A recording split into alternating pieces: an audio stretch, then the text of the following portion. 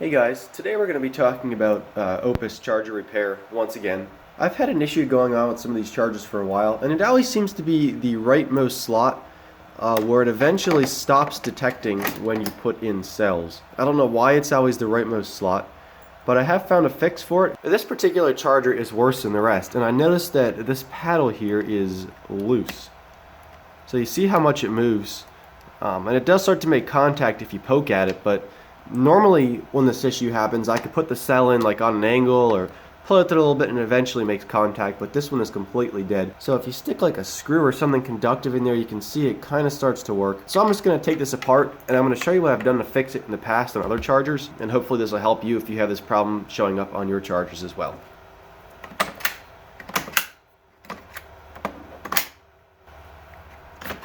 Alright, so just like before, we're going to start by removing the 4 screws on the case.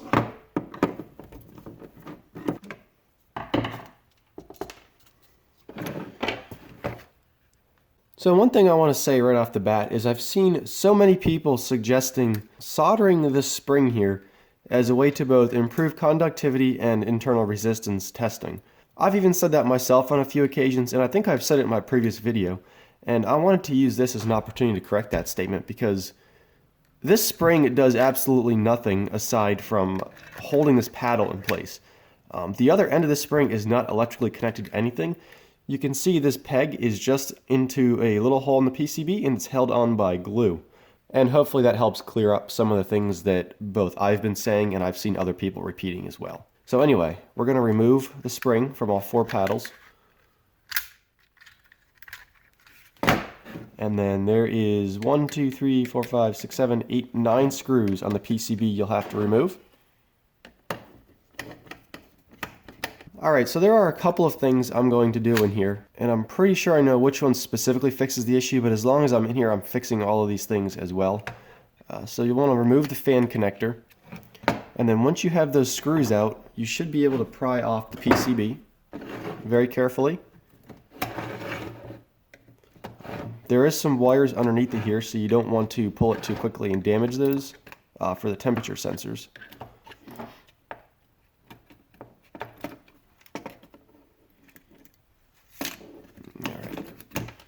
So these 4 paddle things out.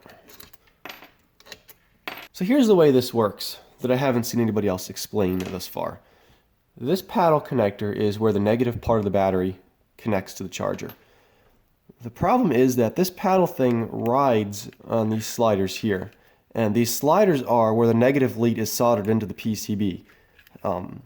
So this mechanical connection here is what goes bad, causing it not to detect cells.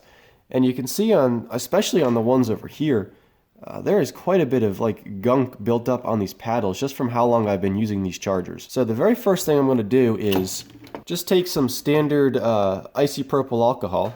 Just want to get a little bit on a tissue and just wipe down all of these paddles. And you can see just from doing one, it's already black. So look at that. That's all the crap that was built up on those running strips. So I'm just going to do it again with a clean section of towel here, just to make sure it's all off.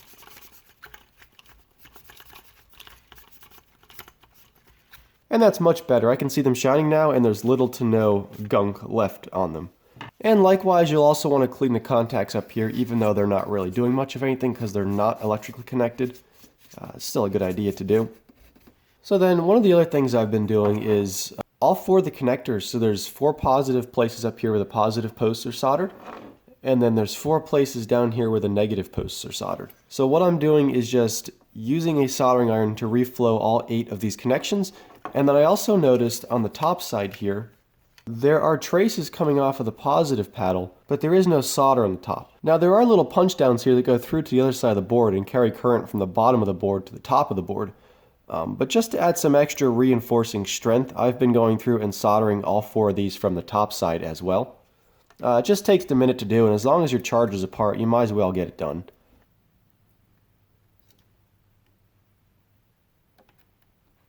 And then from this third one here, or from the second one rather, because there's a capacitor on the other side, you'll just have to get it very carefully from the front. Being careful not to make contact with any of the plastic pieces or You also don't want to damage these wires for the temperature sensors. Now before we start reassembling the charger, we'll also want to clean off these paddles to also make sure there is no corrosion built up on those or any kind of other gunk. So same as before, isopropyl alcohol, just wipe them down real well. You can inspect the part where it makes contact with the cell and just make sure there's no tape or any other gunk on this terminal either. And then you'll see all that black stuff is what came off the bottoms of these. Alright, so when you put these back in, make sure they're going in the right direction, otherwise you will be taking them back out again, and with that amount of screws it's kind of annoying to do. Okay. And then don't forget the button piece as well for the front buttons. Put that in, and when you close this, make sure the temperature wires, the wires for the temperature sensors are pushed out of the way so you don't accidentally pinch any of them.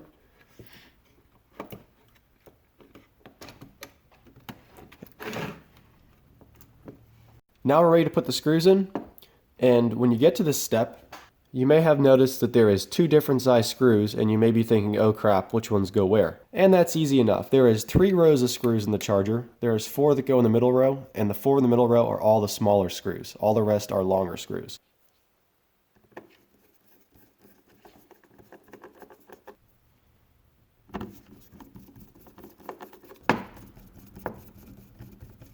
Now that all those screws are put back in, I mentioned that we are also going to reflow the solder of these 8 connections on the top. And I did notice the one over here on the bad slot is kind of orangish, almost as if it's gotten hot or started to melt or something.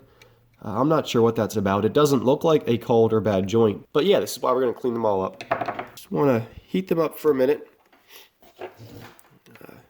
Add a little bit of solder. The flux will help it re-adhere.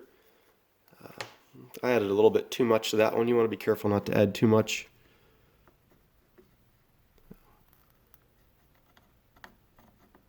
And we'll do the top side as well, where the positive side connects.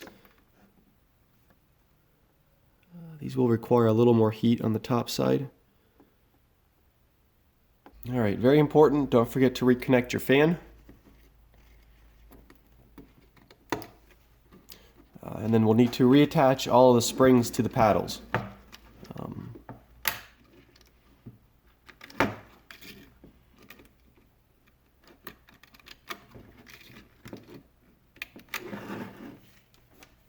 And if any fell out, make sure you put those back in as well. Again, and these are not electrically connected, so you just have to put them back in the little slot where they came from. And re-adhere to the paddle as well.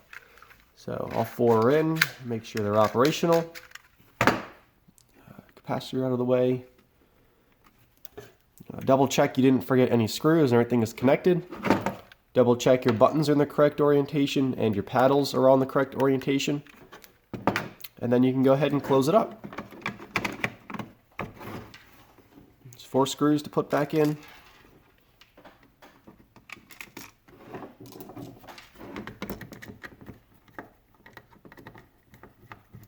Alright, now we'll go test it out. Alright, so back at the charging board here, I'll go ahead and plug the charger back in. So